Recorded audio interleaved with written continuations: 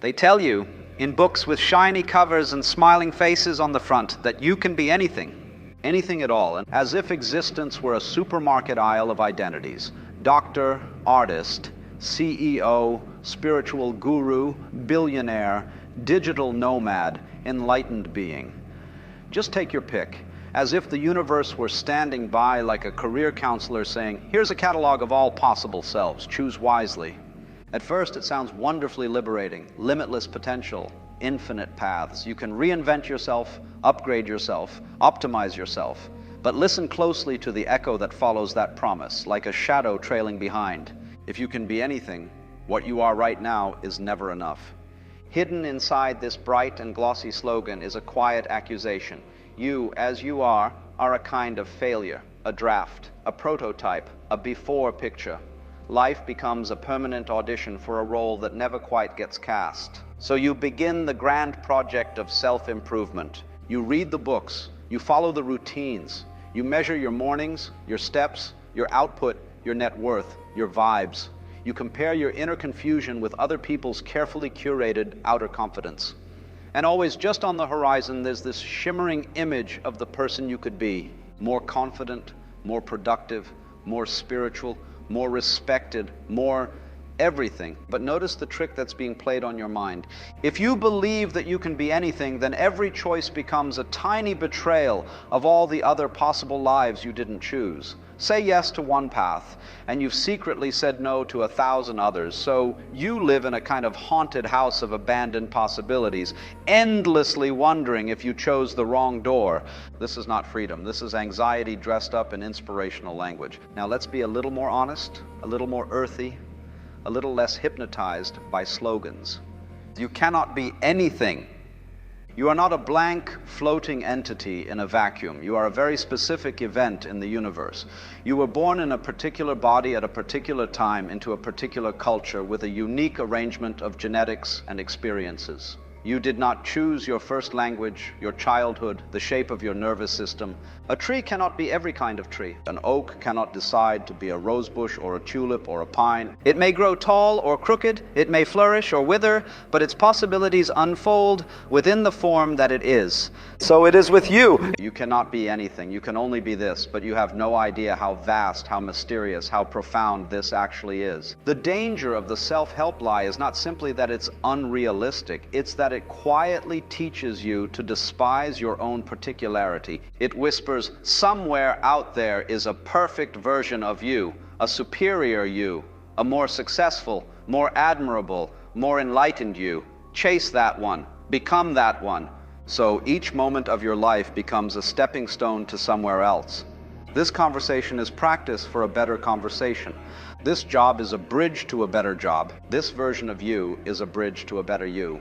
And meanwhile, the only thing that ever really exists, the raw, living presence of this moment, is treated like a disposable rehearsal. You become a permanent beginner in your own life. This is why people can accomplish staggering things and still feel hollow. They climbed the mountain, but the promise was always on the next peak. They won the game, but the rules had already shifted. Because the lie was never about reaching anything, it was about keeping you reaching. There is another reason this lie is so persistent. It fits very neatly into the machinery of our culture. A society that sells products, courses, identities, and lifestyles needs you to feel like an unfinished project. You can be anything easily becomes you can buy your way into the life you're meant to have. The self is treated like a startup, always scaling, always iterating, never complete. You can be anything works beautifully as a slogan in a world of endless consumption and endless competition. But reality is a little more humbling. 8 billion people cannot all be the top 1%. Not everyone will be a celebrated genius, a mogul, or a saint. And that is not a failure of life, it is the nature of it. The universe is not a pyramid with a shiny tip where the winners gather. It's more like an ocean full of different currents and waves, each one expressing the same water in a different way. Here is the great reversal. You cannot be anything, but you can fully be you, and that is far more extraordinary than the glossy promise suggests. Imagine a wave on the surface of the ocean. It might say, if only I rise a little higher, travel a little farther, become a bigger wave, then I'll be worthy. But the wave doesn't realize that its reality is not separate from the ocean at all. Its shape is temporary, but its essence is vast. The wave is already what it's been seeking. In the same way, you are not a tiny, isolated self trying to prove its worth to an indifferent universe. You are the universe playing this particular pattern called you for a while. The invitation is not to become something else, but to wake up to what you already are. This doesn't mean you should never grow, never learn, never change. On the contrary, real growth becomes possible when it is no longer poisoned with self-hatred. Consider music. The beauty of a melody does not come from being able to play any note at any time. It comes from being within a key, a rhythm, a certain structure. Freedom in music is not the absence of limitation. It is the dance with limitation. A jazz musician does not sit there thinking, I can play anything. They listen to what's happening, respond to the other musicians, feel the mood of the room, and then express themselves inside that living context. Their genius is not abstract, it's relational. Your life is like that. You are not free because you can theoretically be anything. You are free because you can respond creatively, intimately, and authentically to this moment, in this body, with this history, in these conditions. Your limits are not your enemy. They are your instrument. Your physical abilities, your temperament, your sensitivities, your quirks, your traumas, your talents, these are not obstacles to the real you. They are the real you in formation. It's through this set of conditions that life expresses itself as this person with this voice in this chapter of history. Compare this to the fantasy of being anything. In that fantasy, your uniqueness becomes a burden. Your shyness is a bug. Your sensitivity is a flaw. Your slower pace is a problem. Why? Because in the abstract marketplace of anything, there is always an ideal model that you fall short of. But in the actuality of your existence, these very features may be the doorway to the precise contribution only you can make. The world does not need a second-rate version of someone else's life. It needs a first-rate version of yours. People often fear that if they let go of the "you can be anything" mantra, they will become passive, lazy, unambitious. They imagine that acceptance means stagnation. But there is a profound difference between resignation and acceptance. Resignation says, this is how it is and nothing can ever change, so why bother? Acceptance says, this is how it is right now. Let me see it clearly. Let me feel it fully. And from this honesty, let me see what naturally wants to unfold. Self-hatred can push you to change, but it will never let you arrive. Self-acceptance doesn't kill growth. It changes its flavor. When you are no longer trying to fix yourself to meet a fantasy, your actions become less frantic and more sincere.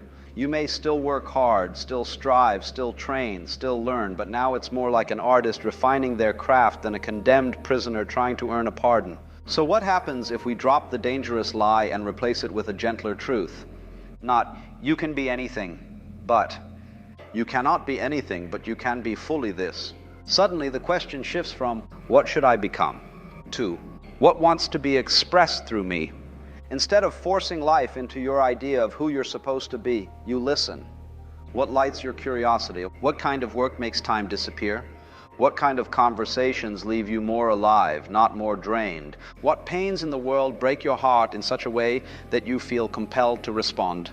These are clues, not to what you could be in some abstract sense, but to what your particular configuration of body, mind, and history is uniquely attuned to. Then ambition is no longer about climbing an imaginary ladder. It is about deepening an intimacy with your own capacities, with other people, with the world. Success is not measured solely by status or applause, but by the degree to which you are aligned with the life that is actually moving through you. This may still look like worldly success. Building a business, writing a book, mastering a craft, raising a family, serving a community. But the energy behind it is different. You are no longer acting out of the panic of anything, but out of the clarity of this. The old narrative says, you are not enough yet. Become something else. The new narrative says, you are already a complete expression of the universe, appearing as this unfinished human being. Let's see what happens if you live from there. You will still have doubts. You will still compare yourself to others. The culture will still sell you upgraded versions of yourself, like seasonal fashion. That's all right. The point is not to become immune to influence, but to wake up enough to see the game being played. Then when someone says, you can be anything, you might smile and answer, no, I can't be anything. I can only be this wave in this ocean at this time, but I can be it fully, honestly, courageously, and that is more than enough. Because in the end, the most dangerous lie is not just that you can be anything. It's the implication that until you become something else, you, as you are, do not count. And the most liberating truth is not that all doors are open all the time. It is that this door, this one, right here, the door of your present life, with all its apparent imperfections, is the one that actually leads inside.